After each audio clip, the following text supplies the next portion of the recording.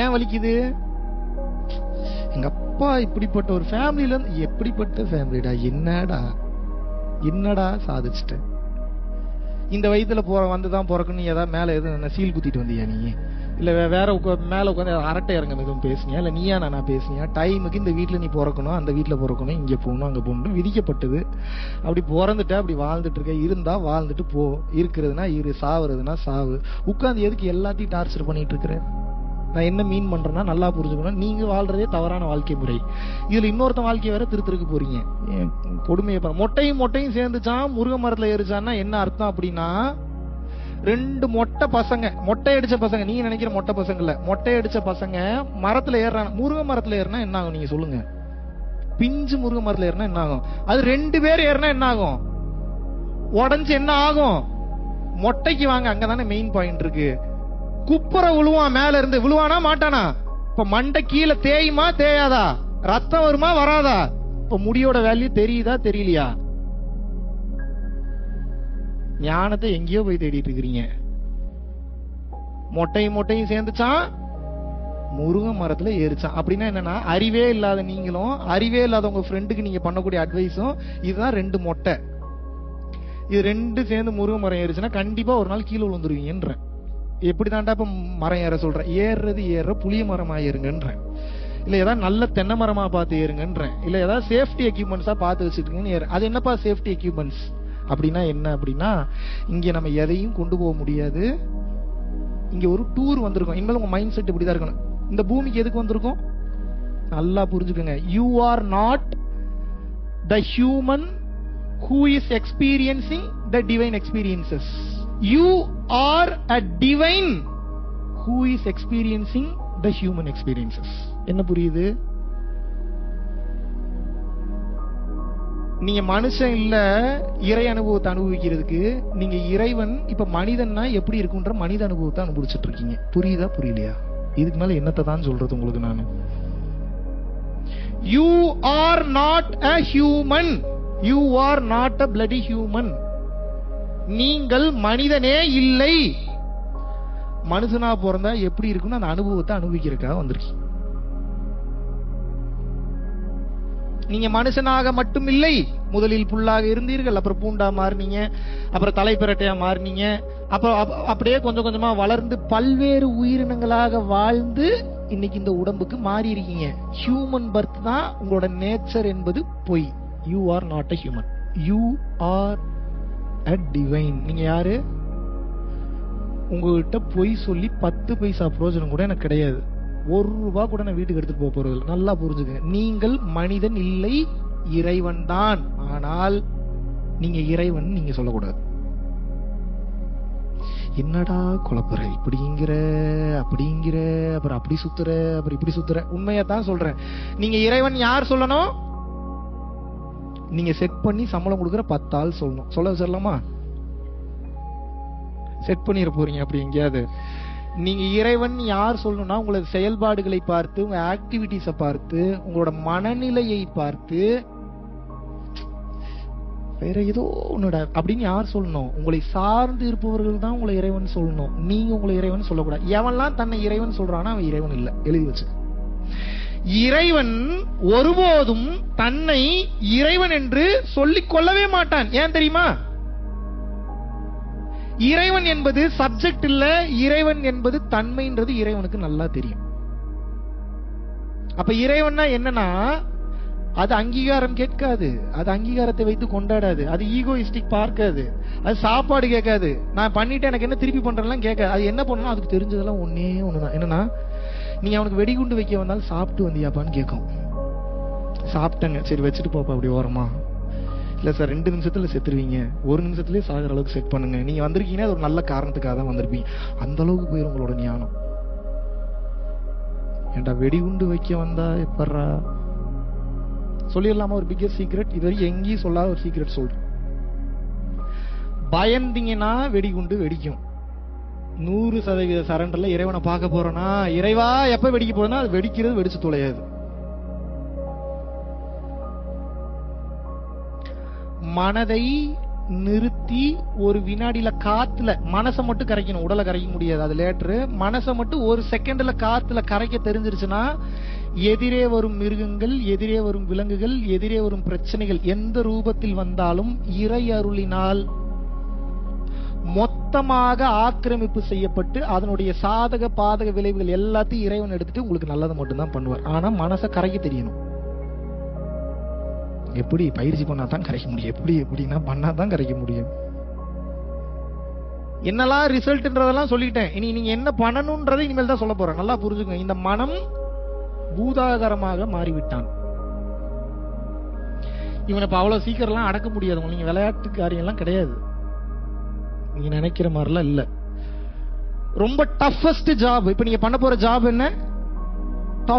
Most toughest job in this universe. மனமது செம்மையானால் மந்திரம் ஜபிக்க வேண்டாம், மனமது செம்மையானால் வாசியை நிறுத்த வேண்டாம், மனமது செம்மையானால் வாயுவை உயர்த்த வேண்டாம், மனம் அது செம்மையானால் மந்திரம் செம்மையாமே அகத்தியர் சொல்றார். அப்படின்னா என்ன? மனச ஒருத்த நிறுத்திட்டானா வந்த வேலை முடிஞ்சுன்றார். அது எப்படி நிறுத்த முடியும்? அவ்வளவு சீக்கிரம் நிறுத்த முடியுமா? என்ன அவ்வளவு சீக்கிரத்தில் நிறுத்த முடியுமா?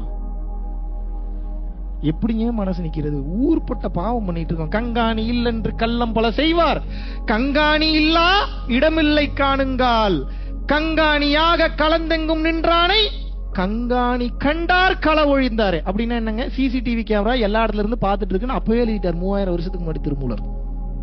இந்த சிசிடிவி கேமரா இல்ல, இறைவன் ஒவ்வொரு அணுவுக்குள்ள இருந்து உங்களை பார்த்துக்கிட்டே இருக்கிறாருன்னு எழுதுறாரு.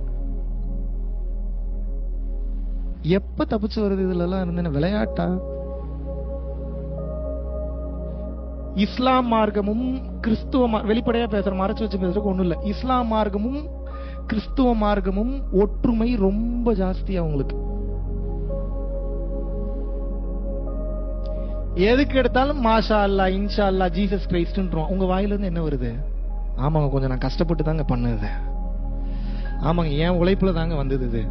ஆமாங்க, அவன் என் பையன் தாங்க. இஸ்லாத்துல இருக்கிற யாரையாவது போய் கேளுங்க, இறைவன் செயலுங்க, இறைவன் அருளுங்க. எங்க நமக்கு அந்த புத்தி வந்தது? ஒரு சில, நான் பேர் சொல்ல விரும்ப, ஒரு சில இந்து மதத்தில் இருந்த தவறான மதவாதிகளின் காரணமாக அவர்கள் அதிக அகங்காரத்திற்கு உட்பட்டார்கள். அவர்களை கொத்து கொத்தா ஃபாலோ பண்ண இந்தியாவில் இருந்த எல்லா மனிதர்களும் அகங்காரத்திற்கு உட்படுத்தப்பட்டார்கள். இந்தியாவில் மட்டும்தான் மனுஷனை தெய்வமா கும்பிடுவாங்க, வேற எந்த நாட்டிலையும் கிடையாது. அது நார்த் இந்தியாலாம் போயிட்டீங்கன்னா சிலை வழிபாடெல்லாம் கம்மி. குரு தான் இறைவனே, குருதான் இறைவன். குரு காலிலே விழுந்து கிடப்பான், குரு பேச்ச மாத்தி பேச மாட்டான். ஊரெல்லாம் திருடிட்டு வருவான், ரேப் பண்ணிட்டு வருவான், கொலை பண்ணுவான், கொள்ளையடிப்பான். பஞ்சாப் சைடு குருவை பார்த்தானா காலில் விழுந்துருவான். குரு உண்மையான பக்தி. நீங்க நினைக்கிற மாதிரி பக்தி இல்ல. பஞ்சாப் சைடு எல்லாம் போய் பாருங்க, கொடூரமான பக்தி. இன்னும் நீங்க அந்த பக்தி சைடு எல்லாம் நீங்க போகல. இப்ப நான் அவ்வளவு தூரம் எல்லாம் உங்களுக்கு போக, உங்களுக்கு இன்னும் அடிப்படையே புரியல. நீங்க கொடூரமான ஆன்மீகம் எல்லாம் எப்ப நீங்க தெரிஞ்சுக்க போறீங்க? ஒவ்வொரு நாடும், அந்த நாட்டில் இருக்கக்கூடிய மக்களும், நீங்க பார்க்கக்கூடிய செய்தித்தாள், நீங்க பார்க்கக்கூடிய செய்திகள், அலைபேசி, தொலைபேசி, தொல்லைபேசி, எல்லா பேசியும், அப்புறம் தொலைக்காட்சி, தொல்லைக்காட்சி மொத்தமும் சேர்ந்து உங்களை என்ன பண்ணிருக்குன்னா பணம் தான் முக்கியம் நம்ப வச்சிருச்சு. பணம் இருந்தா தான் உன்னால வாழ முடியும், இல்ல செத்து போயிருன்னு சொல்லிருச்சு. அதுக்கு ஈக்குவலா நீங்க சில எக்ஸ்பீரியன்ஸ் பார்த்துட்டீங்க. இப்ப இதுதான் வாழ்க்கை நினைச்சு வாழ ஆரம்பிச்சிட்டீங்க. இப்ப நான் என்ன சொல்றேன்னா, இப்போ வர்றதுக்கு எத்தனை வழி இருக்கு? கேஎல்ல இருந்து வர்றதுக்கு ரோட் ரூட் மட்டும் சொல்லுங்க. என் கேமரூன் ஐலாண்ட் சொல்லியா மலை ஏறி வந்தா வர முடியாதா? வர முடியுமா? முடியாதா? ஏறணும், அதுக்கு திறமை இருக்கணும், அவ்வளவுதான். வழி இருக்கா இல்லையா? இருக்கா இல்லையா? அதுபோலதான் இந்த இறைவனை அடைவதற்கு ஏகப்பட்ட வழிகள் இருக்கு. அதுல இஸ்லாமும் கிறிஸ்துவமும் ஸ்ட்ராங்கா பிடிச்சிக்கிச்சு, இந்து மதம் மாட்டிக்கிச்சு. ஏன் மாட்டிக்கிச்சு? எல்லாரும் தன்னை முன்னிறுத்தினார்கள், இறைவனை முன்னிறுத்த தவறிவிட்டார்கள். திருவள்ளுவரை தாண்டி வள்ளலார் துப்புறாரு மூஞ்சிலேயே. அதை கடந்து வள்ளலாரும் துப்புறாரு நம்ம மூஞ்சில. எப்படி தெரியுமா துப்புறாரு? ஓவர் பில்டப் பண்ணாத, துவைதத்தில் தொடங்கினால் அத்வைதம் தானே வந்த இதுங்கிறார். அப்படின்னா என்ன அர்த்தம்? முதல்ல நான் வேற இறைவன் வேறன்னு தான் நீ பார்க்கணும். ஏன் பார்க்கணும்? நீ இன்னும் பக்குவத்துக்கு வரல. நானும் இறைவனும் ஒண்ணுன்னா இப்ப திமிரு வந்துடும், அகங்காரம் வந்துடும், ஆணவம் வந்துடும், எவனையும் மதிக்க மாட்டா. அப்ப என்னன்னா, நீ துவைதத்துல தொடங்கு, நான் வேற இறைவன் வேறன்னு பாரு. ஒரு கட்டத்திற்கு மேல் இறைவனே வந்து சொல்லுவாரா, நீ இதுக்கப்புறம் தனித்தனியா பார்க்காத ராஜா, நீயும் நானும் ஒன்றாகி விட்டோம் என்று இறைவனே வந்து சொல்லுவார். அது வரைக்கும் ரெண்டையும் வேற வேறையா தான் பார்க்கணும். இறைவன் வேற, நான் வேற. அப்படின்னா என்ன? அது பேரொளி, நான் வெறும் சிறு ஒளி. இந்த பேரொளியில் எல்லோரும் சென்று ஐக்கியமாவதற்காக என்னால் முடிந்த உதவிகளை இந்த உலகிற்கு நான் செய்து கொண்டு வருகிறேன். கண்ணில் பாக்குறவங்களுக்கு நான் செய்யறேன்னு செஞ்சுட்டீங்கன்னா வந்த வேலை முடிஞ்சுங்க. அந்த பேரொளியில இந்த சிறு ஒளி போய் ஐக்கியமாயிரும். இந்த சிறு ஒளி எப்பயும் பேரொளி ஆகாது. இந்த சிறு ஒளி என்னாகும்? பேரொளியில் போய் ஐக்கியமாகிவிடும். இதுதான் ஜீவாத்மா, அது பரமாத்மா. பரமாத்மா என்பது பெரியது, ஜீவாத்மா என்பது சிறியது. பார்க்கிறதுக்கு தான், but effect same, power same, energy same. ஒருவன் தன்னை உணர்ந்து விட்டான் என்றால், இந்த ஆற்றலை தனக்குள் முழுமையாக உணர்ந்து விட்டான் என்றால், நினைத்து பார்க்க முடியாத மிராக்கிள்லாம் நடக்குங்க. அதுக்கப்புறம் இங்க பாருங்க, நான் மத்தவன் பேசின கதையெல்லாம் வச்சு பேசல. காந்தி அதை சொன்னார், நேரு அதை சொன்னார், அகத்தியர் அதை சொன்னார், நீங்க பண்ணுங்கலாம் சொல்ல. I am living example. நான் எங்கேயோ கேட்டு வந்தெல்லாம் பேசல.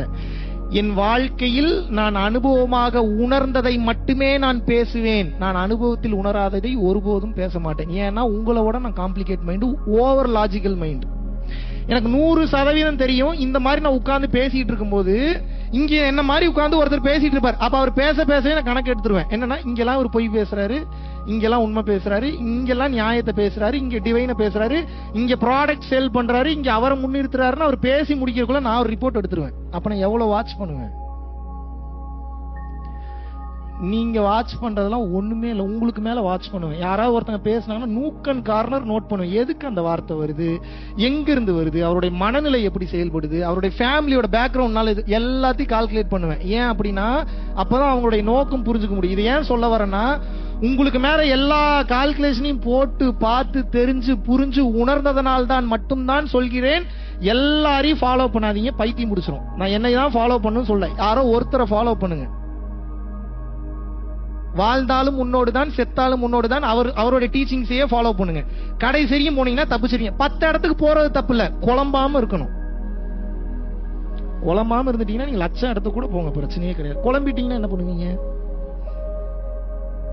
ஆன்மீகம் என்பது குழம்பி குழம்பி தெளிய வைப்பதுதான். நான் தான் இருக்கிறதுல பெரிய லெவல்ல குழப்பம், கூட இருக்கிறவங்களுக்கு நல்லா தெரியும். நீங்க 100 இடத்துல போய் மொத்தமா குழம்புனீங்கன்னா என்ன ஆவீங்க?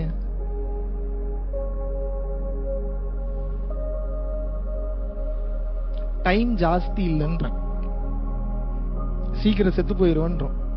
சீக்கிரம் நேரம் அதிகமாக இல்லை, சீக்கிரம் இறந்து விடுவோம். உங்க அப்பா, உங்க அம்மா, பொண்டாட்டி, புருஷன் யாரும் நீங்க செத்து போனதுக்கு அப்புறம் உங்களுக்கு ஹெல்ப் பண்ண முடியாது. செத்ததுக்கு அப்புறம் என்னடா ஹெல்ப் பண்ணணும்னு கேட்காதீங்க. அதுக்கப்புறம் தான் பெரிய வேலை இருக்கு. The life after the life, the life after the death. அந்த வாழ்க்கையை பத்தி உங்களுக்கு என்ன தெரியும்? எங்க கத்துட்டு இருக்கீங்க?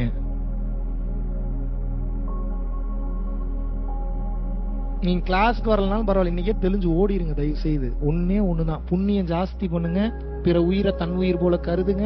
இல்லாட்டினால தப்பிக்கவே முடியாது, சான்ஸே கிடையாது. ரொம்ப கொடூரமா போயிட்டு இருக்கு. இதுக்கப்புறம் கலியுகம், அழியக்கூடிய காலம்லாம் வந்துருச்சு. எப்ப எங்க வெடிக்கும், எப்ப எது காணாம போகும். இந்தியாவில் இன்னும் பல இடங்கள் பாதிக்கப்படும். தமிழ்நாட்டில் சென்னை பெரிய லெவல்ல பாதிக்கப்படும்.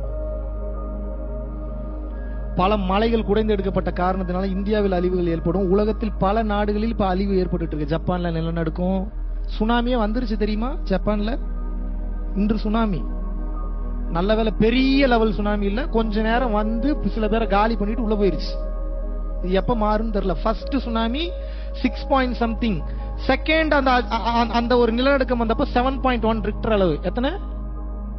தி பிக்கெஸ்ட்.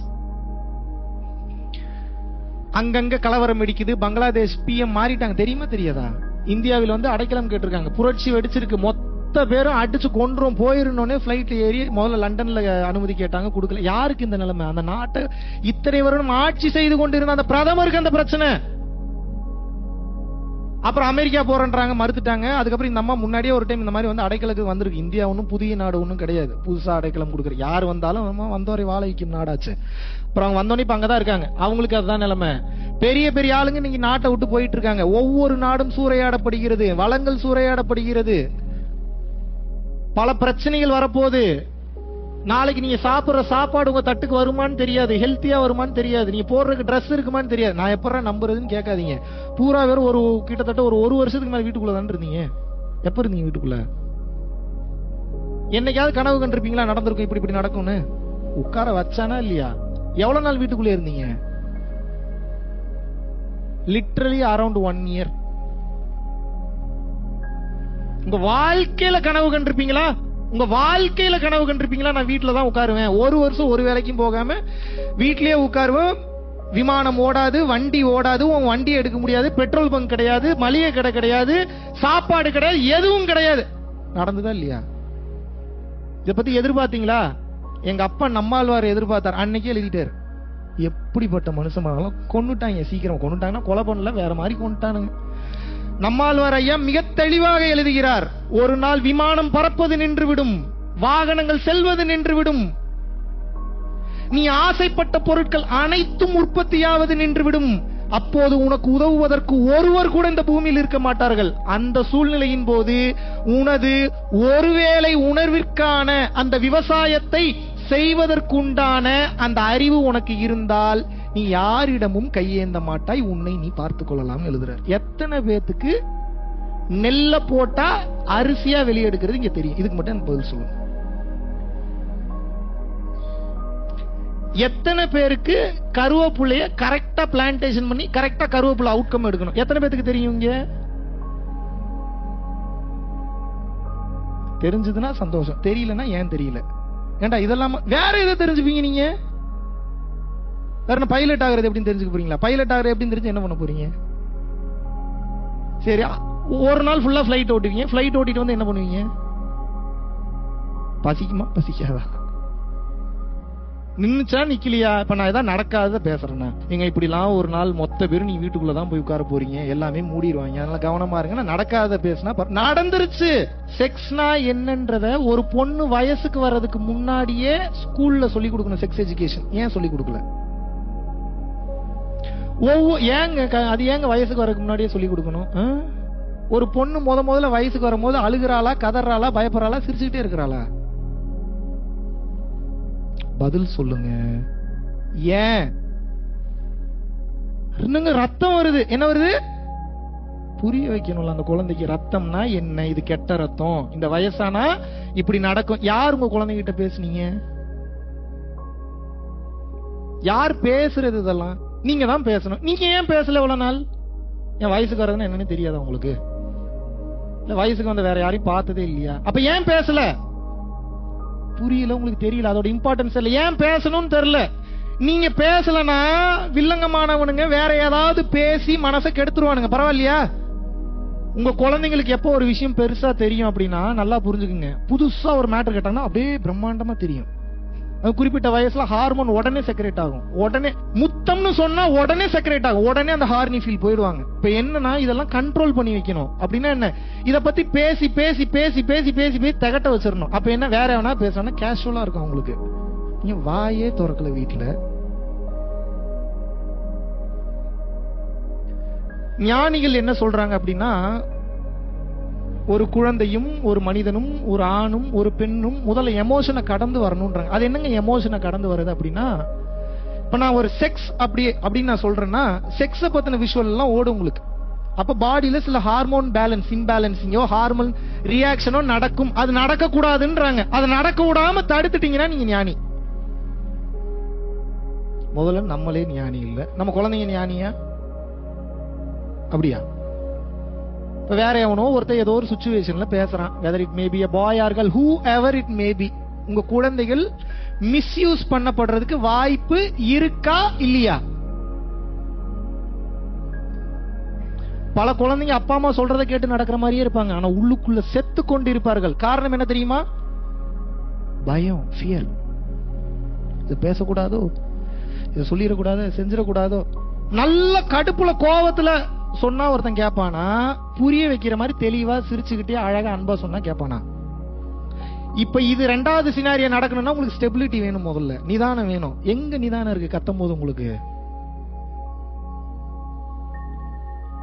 ஒரு கட்ட வரைக்கும் கத்துறீங்க, அப்புறம் அப்படியே கோவமா, அப்புறம் கண்ட்ரோல் இருக்காது, அதுக்கப்புறம் துடிக்கும் உள்ளுக்குள்ள, அதுக்கப்புறம் நீ உட்கார்ந்து அழுதுட்டு இருப்பீங்க. இப்படி எல்லாம் பண்ணலாமாங்க நீங்க, ஏங்க இப்படி? இதுவா ஸ்டெபிலிட்டி? இதுவா எமோஷன்ஸ்? ஒருத்தனை செய்யணும் முடிவு பண்ணியாச்சுன்னா ஸ்டெபிளா செய்யணும். எவ்வளவு நேரம் செய்யணும்? விடிய விடிய செய்யணும். அசிங்க அசிங்கமாலாம் திட்டக்கூடாது. நியாயமான கேள்வி கேளுங்க, பதில் இருக்கா? இவனுங்களுக்கு எல்லாம் எதுக்கு அசிங்க அசிங்கமா திட்டுறீங்க?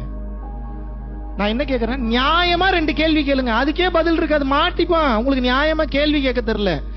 நான் எப்படா நியாயமா கேள்வி கேட்கறது? முதல்ல நீங்க நியாயமா வாழ்ந்தீங்கன்னா தான் நியாயம்னா என்னன்னு தெரியும். இப்ப பிரச்சனை எங்க இருக்கு? எல்லா இடத்துலயும் பிரச்சனை இருக்கு. இப்ப இந்த ஞானம் எதுக்குன்னா, பிரச்சனையா ஆப்பர்ச்சுனிட்டியா பாக்குறதுக்கு தான் ஞானம். நல்லா நடந்து போயிட்டு இருந்தேன், கால் அடிபட்டு கால் திரும்பிக்கிச்சு, வீட்டுல வந்து படுத்து தூங்கிட்டு இருக்கேன், இதுல எப்படிங்க சரியா பாக்குறது? இது நாள் வரைக்கும் ஒரே இடத்துல சும்மா உட்கார இறைவனுக்கு ஆப்பர்ச்சுனிட்டி ஏற்படுத்தல, இப்ப ஏற்படுத்தி இருக்கிறாரு. மெடிடேஷன் பண்ணு, இல்ல பாட்டு கேளு, இல்ல சும்மா சும்மா தூங்கு, இல்ல 3 வேளை சாப்பிடு, சும்மா உட்கார்ந்துருக்க வாய்ப்பு கிடைச்சு. இதுதாங்க கெட்டதுல நல்லதை பாக்குறது. என்னங்க எனக்கு வர வேண்டிய வேலை அவர் தட்டி பறிச்சுட்டு போயிட்டாரு, உன்னால அந்த குடும்பம் நல்லா இருக்குல்ல, இறைவன் எப்பேற்பட்ட தர்மம் பண்றதுக்கு ஆப்பர்ச்சுனிட்டி கொடுத்திருக்காரு, உனக்கு வேற வேலை வரும், வெயிட் பண்ணி இறைவனை நம்பு. இதுதானே புரிதல், இதான பக்குவம், இதான பாசிட்டிவிட்டி. இதை எங்க போய் கத்துக்கணும்? சிம்பிளான புரிதல், எல்லாத்தையும் பாசிட்டிவா பார்க்கணும். இது வராது. ஏன் வராதுன்னா, இவ்வளவு நாள் நீங்கள் வாழ்ந்த வாழ்க்கை முறை முழுதுமாக உங்களை தடுத்து நிப்பாட்டும். இதுக்குதான் சத் சங்கம், சத்தியத்தை பற்றி பேசக்கூடிய சங்கம் என்பதனால் இதற்கு பெயர் என்ன? சத் சங்கம். மகாவிஷ்ணு இல்ல, எனக்கு ஒரு சத்தியம் நீங்க பண்ணி கொடுங்க. உலகத்துல இருந்து யாரு மலேசியாக்கு வந்து சத் சங்கம்னு பேமெண்ட் வாங்கினாலும் சரி, ஃப்ரீயா பண்ணாலும் சரி, you should give your 100% presence there. சத்தியம் பண்ணுங்க. சத்தியம். ஏன்? கிளப் அத்தனை கிளப் இருக்கு, பார் அத்தனை பார் இருக்கு. தேவையில்லாத நெகட்டிவான விஷயங்கள் இந்த உலகத்துல தெருவில் அத்தனை நடந்துட்டு இருக்கு, உலகம் ஃபுல்லா நடந்துட்டு இருக்கு.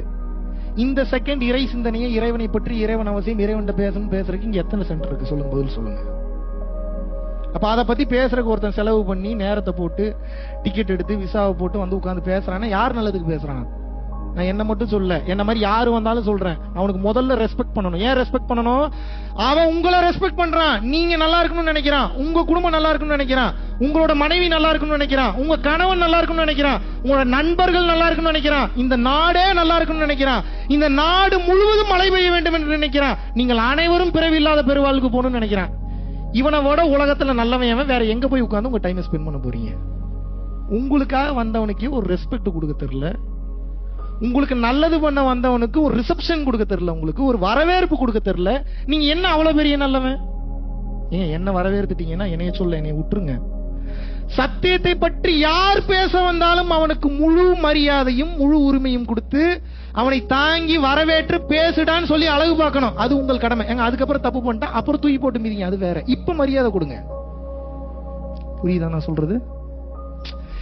நான் ஏங்க அப்ப ஏதாவது அதை ஏங்க இப்ப யோசிக்கிறீங்க? கரும ஏங்க அதை யோசிச்சு தொலைறீங்க? பாசிட்டிவா தான் யோசிங்களேன். ஒரு 1,00,000 பேர் சேர்ந்து அவன் அப்படிலாம் பண்ண மாட்டான், அவன் நல்லா தான் இருப்பான்னு நினைச்சீங்கன்னா தப்பா பண்ற எண்ணம் இருக்கிறவங்க கூட நல்லவனா மாறிடுவான். தெரியுமா உங்களுக்கு? ஒய்? 1,00,000 பேரோட எண்ணம் அவன் நல்லா இருக்கணும், ஒரு பிரச்சனையும் வந்துடக்கூடாது, எதுலயும் சிக்கிடக்கூடாது. இப்படி இருக்கும்போது ஒரே ஒருத்தனை மட்டும், நான் ஒரு வீணா போனவன், நான் ஒரு பிச்சைக்காரன், நான் எதுக்கும் வேலைக்கு ஆக மாட்டேன். இப்ப எது வேலை? இவன் நினைக்கிறது நடக்குமா? 1,00,000 பேர் சேர்ந்து நினைக்கிறது நடக்குமா? இப்படி உங்களோட ஆசைகளை நிறைவேற்றுறதுக்காக நீங்க மத்தவனை பயன்படுத்த தெரிஞ்சுக்கணும். அப்படின்னா என்ன? சிம்பிளா வெளிப்படையான ஓபன் சீக்ரெட் சொல்லி தரேன். எல்லாரும் நீங்க நல்லா இருக்கணும்னு நினைக்கணும். எங்கேயோ போயிருவீங்க. எப்ப உங்களை எல்லாரும் நல்லா இருக்கணும்னு நினைப்பான்? உங்களால ஒருத்தன் சந்தோஷப்பட்டான்னா நன்றி சொல்வான். உங்களால ஒருத்தன் பெருந்தன்மையான ஃபீல் அடைஞ்சான்னா உங்க காலிலேயே உளுந்துருவான். அவன் நினைச்சு பார்க்க முடியாத அளவுக்கு அவன் வாழ்க்கையே மாத்திட்டீங்கன்னா உங்க கடவுளாவே பார்த்துருவான். ஆனா இந்த அகங்காரம் உங்களுக்கு வந்துடக்கூடாது. இப்படி இந்த உலகத்தில் வாழக்கூடிய நாய், குதிரை, பன்றி, கழுதை, மனிதன், 84 லட்சம் உயிரினங்கள் இருக்கு இல்லையா? இறைவன் படைத்த 84 lakhs of species in this world, in this universe.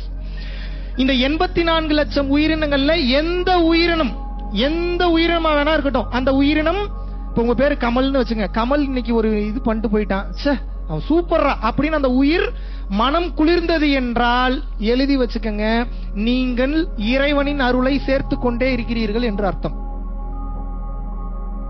இப்படித்தான் சேர்க்கணும் அருள். அறிவை விரிவுசை அகண்டமாக்கு, விசால பார்வையால் விழுங்கு மக்களை.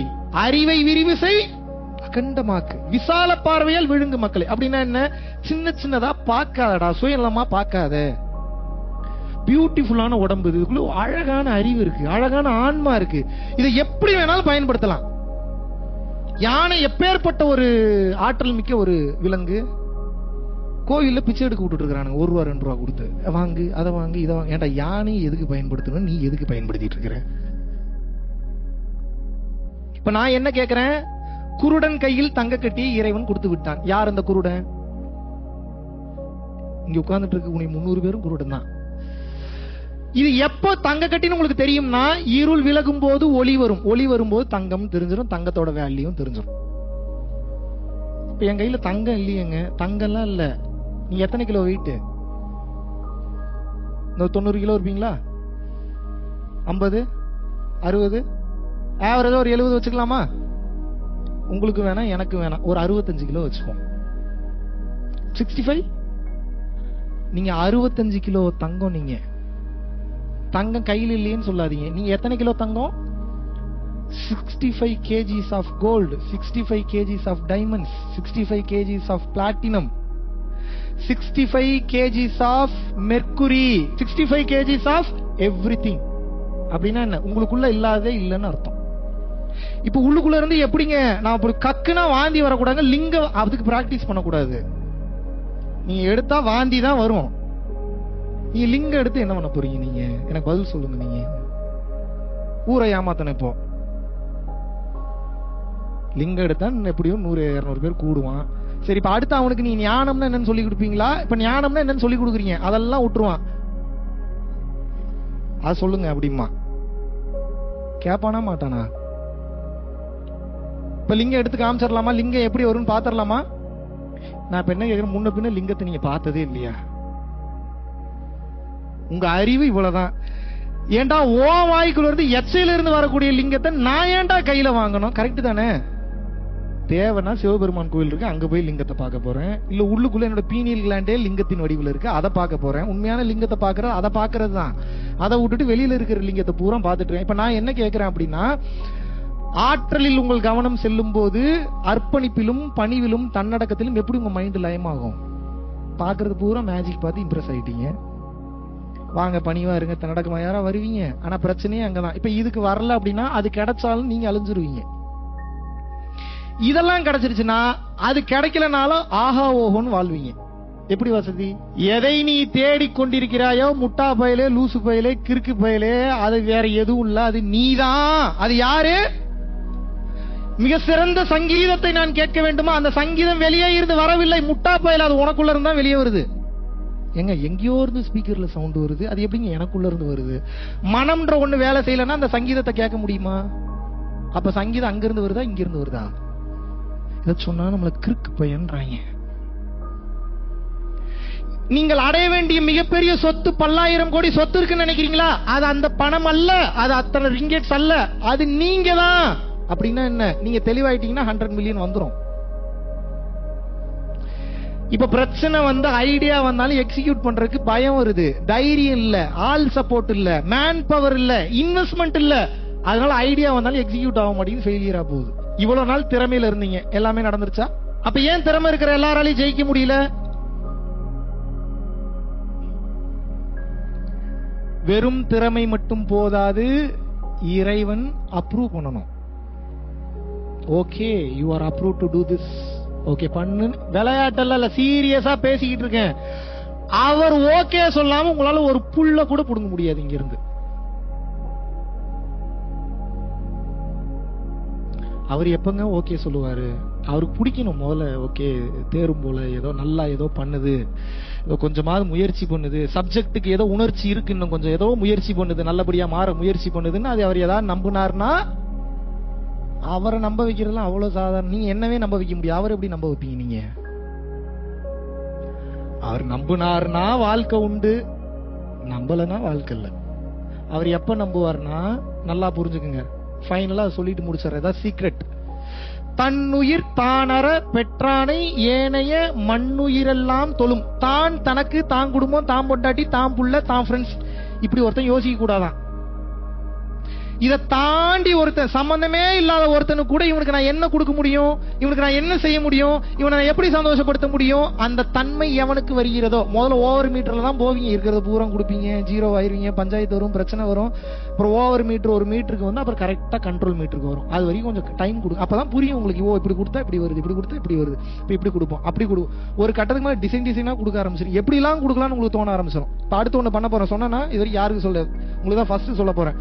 ஒரு 100 அனாதை குழந்தைங்களை கூப்பிட்டுட்டு இந்தியாவில் ஒரு முக்கியமான டெஸ்டினேஷனுக்கு அப் அண்ட் டவுன் ஃபிளைட் ஒரு ட்ரிப் ஒன்று கூட்டு போலான்னு இருக்கேன். ஏன் அப்படின்னா, ஒரு இடத்துக்கு போகும்போது ஒரு சின்ன பையன் வந்து கேட்டான், நீங்க மட்டும் ஃபிளைட்ல போறீங்களேண்ணா, நாங்கெல்லாம் எப்பனா போவோன்னு கேட்டான். ஒரு மாதிரி ரொம்ப பாதிச்சிருச்சு எனக்கு. செருப்பு கழட்டி பட்டு பட்டு பட்டு நடிச்ச மாதிரி இருந்தது. அதனால அடுத்த இப்போ நான் என்ன சொல்றேன்னா, கொடுக்கணும்ன்ற எண்ணம் இருக்கிறதுனால தானே இப்படி எல்லாம் சிந்தனை வருது.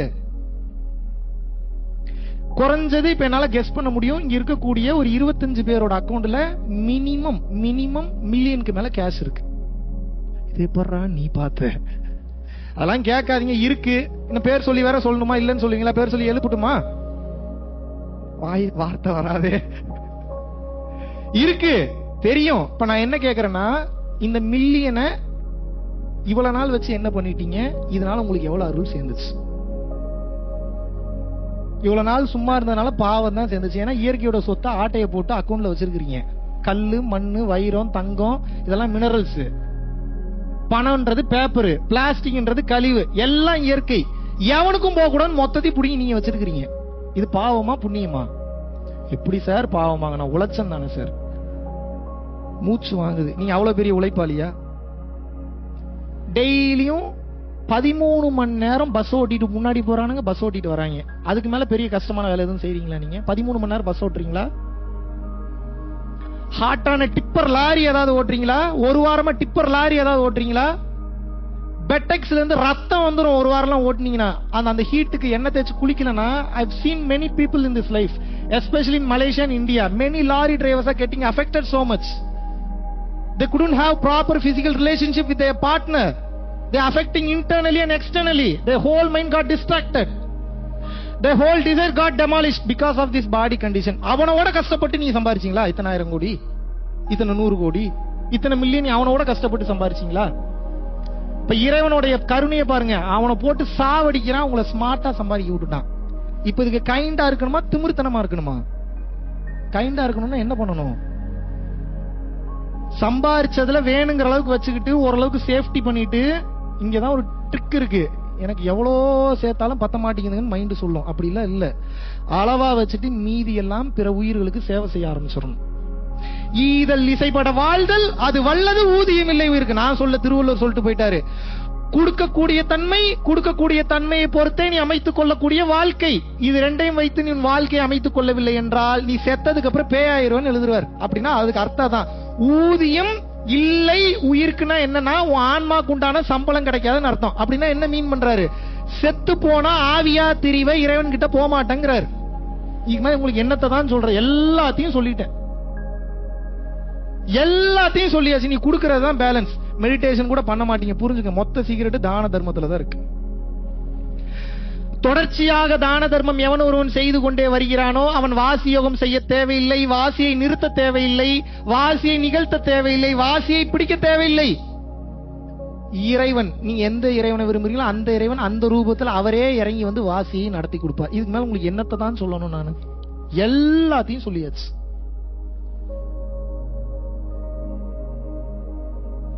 நீ கருணையா இரு, உனக்கு வேணுங்கிற எல்லாத்தையும் நான் பண்றேங்கிறார். அப்படித்தான் பண்ணாரு எனக்கு எல்லாமே. இப்ப கேதார்நாத் பத்ரிநாத்ல ஒரு பெரிய வரம் ஒண்ணு கொடுத்தாரு. கேதார்நாத்ல இருக்கக்கூடிய சிவபெருமான் யாருக்குமே தெரியாது. இப்போ ஃபர்ஸ்ட் டைம் உங்களுக்கு சொல்றேன். ஷாக்கிங்கா இருக்கு. இது என்னடா, நம்ம இதை கதெல்லாம் படிச்சுட்டு இருந்தா நம்ம லைஃப்ல தான் நடக்குது. அதெல்லாம் இல்ல நம்ம புத்தகத்துல தான் படிச்சோம். பிரகலாதன் கதையை கேள்விப்பட்டுரும். என்னடா நம்ம லைஃப்ல நடக்குது? எப்படி இதெல்லாம் நடக்குது? என்னாலையும் நம்ப முடியல. சில நேரத்துல நம்ம கண்ணே நம்மள பொய் சொல்லுது. உண்மையாதான் நடக்குதா ஏத்துக்க மாட்டீங்க மைண்டு. நம்ம ஒரு சாதாரண ஒரு கேவலமான பிறவி, நமக்கு எப்படி இதெல்லாம் நடக்குது? பார்த்ததனால் தான் சொல்கிறேன், இறுக்கமாக பிடித்துக் கொள்ளுங்கள். நீங்க மறுபடியும் கிளாஸ்க்கு வரலனாலும் பரவாயில்ல, ₹1 எங்க ஃபவுண்டேஷனுக்கு செலவு பண்ணலனாலும் பரவாயில்ல, எஸ்கேப் ஆயிருங்க. தயவு செஞ்சு எஸ்கேப் ஆயிருங்க. மறுபடியும் பிறந்தீங்கன்னா கஷ்டம் ரொம்ப ஜாஸ்தி. இவ்வளவு பொறுமையாலாம் யாரும் நீங்க உட்காந்து பேசுறதுக்கெல்லாம் தயார் நிலையில் இல்ல. முதல்ல அவங்க கேரக்டர் பார்ப்பாங்க, அவங்க மான மரியாதை பார்ப்பாங்க. எனக்கு எதை பத்தியும் கவலை இல்லை. நான் தான் சொல்லிட்டேன்ல, சாக துணிந்து விட்டேன். நாளைக்கே மலேசியன் போலீஸ் என்னை வந்து அரெஸ்ட் பண்ணி ஜெயில போட்டாலும் ஜெயில இருக்கக்கூடிய எல்லாத்தையும் உபதேசம் பண்ணி திருத்திடுவேன். சத்தியமாக நடக்கும். ஜெயிலரை திருத்திடுவேன், அங்க இருக்கக்கூடிய எல்லாரையும் திருத்திடுவேன். எல்லாத்தையும் 100% நடக்கும். மொத்த ஜெயிலையும் திருத்த முடியலனாலும் என் பின்னாடி ஒரு 100 பேரையாவது திருத்தி உட்கார வைப்பேன். முடியுமா முடியாதா? நீங்க ஒவ்வொருத்தரும் இந்த நிலைக்கு வரணுங்க. ஒருத்தெல்லாம் பத்தாதுங்க, கஷ்டமா இருக்குங்க போராடுறதுக்கு, ரொம்ப கடுப்பா இருக்கு. எத்தனை நாடு தான் ஒருத்தனே சுத்துறது? கொஞ்சம் என்னோட கஷ்டத்தெல்லாம் கொஞ்சம் எடுத்துங்க. நீங்க ஒரு பக்கம் ரஷ்யா போங்க, நான் அமெரிக்கா போறேன், நீங்க கனடா போங்க, நீங்க மொரிஷியஸ் போங்க, நீங்க சீஷல்ஸ் போங்க, நீங்க ஆப்பிரிக்கா போங்க. இத்தனை பேர் போய் பரம்பொருள் ஃபவுண்டேஷன் கூட சொல்ல வேணாம், உண்மையை தெரிஞ்சுக்கன்னு பேசுங்க, வாய்க்கிலேயே பேசுங்க. இப்ப உங்களுக்கு யார் வேணாங்கிறான்? யாத்திரை போங்க, ஜாலியா ஊர் சுத்துங்க, நாலேஜ் வரும், பவர் வரும், விஸ்டம் வரும், தைரியம் வரும். ஏன் டிராவல் பண்ணணும்னு சொல்றேன் கேளுங்க.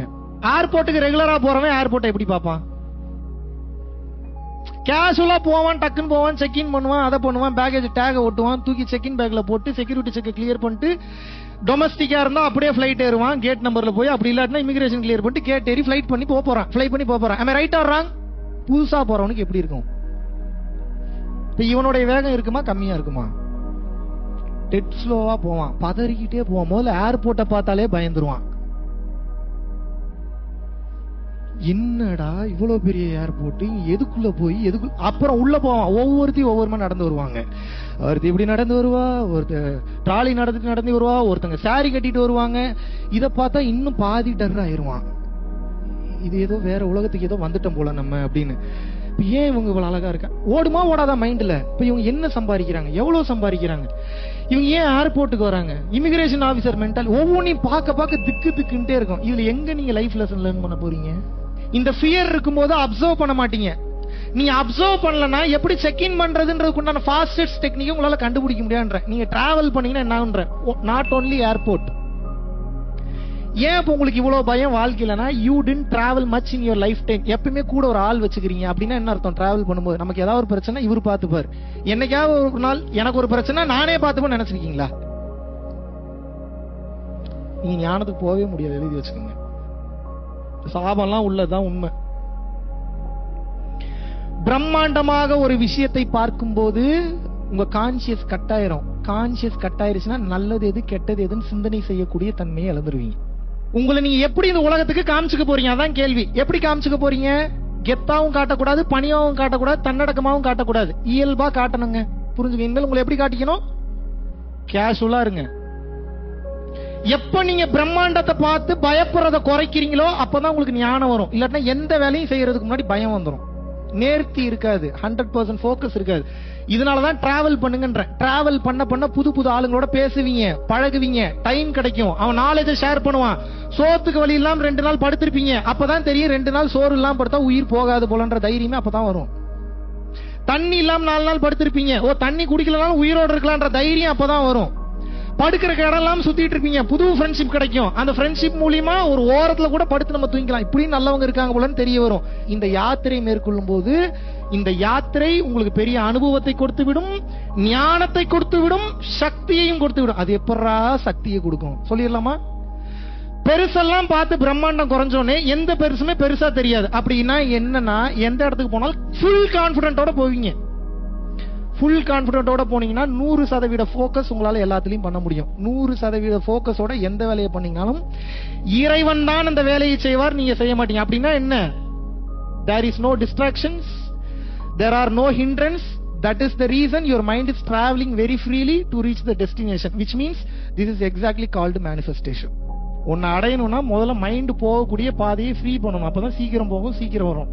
உங்கள் அனைவரும் இந்த நேரத்திலே இந்த அற்புதமான சத்சங்கத்தில் சந்திப்பதில் மிகவும் ஆனந்தப்படுகிறேன், மகிழ்ச்சி அடைகிறேன். நீங்கள் அனைவரும் உங்கள் வாழ்வில் இந்த நொடி முதல், இந்த சத்சங்கம் முதல் எத்தனை கர்ம வினைகள் இருந்தாலும் அது அனைத்தையும் அளிக்கப்பெற்று நீலாயுள், நிறை செல்வம், வான் புகழ், நற்பேறு, நன்னிலம், நன்மக்கள் பெற்று மெய்ஞானம் ஓங்கி அன்பு அதிகரித்து அகந்தை குறைந்து அருட்பெரும் ஜோதியாரின் காட்சி கிடைக்கப்பெற்று எல்லாம் அல்ல பரம்பொருளாகிய இறைவனின் பரிபூர்ண அருளாசிகள் கிடைக்கப்பெற்று ரிஷிகள், மகான்கள், முனிவர்கள் அனைவரின் அருளினாலும் அருட்சக்திகள் அருளினாலும் இந்த உலகத்தில் வாழக்கூடிய அனைத்து உயிரினங்களுடைய பெரும் தயவினாலும் நீங்கள் அனைவரும் இந்த பிறவிலேயே பிறவில்லா பெருவாழ்வை அடைய வேண்டுகிறேன். குருவின் பரிபூர்ண அருளாசிகள். குரு கடாட்சம்.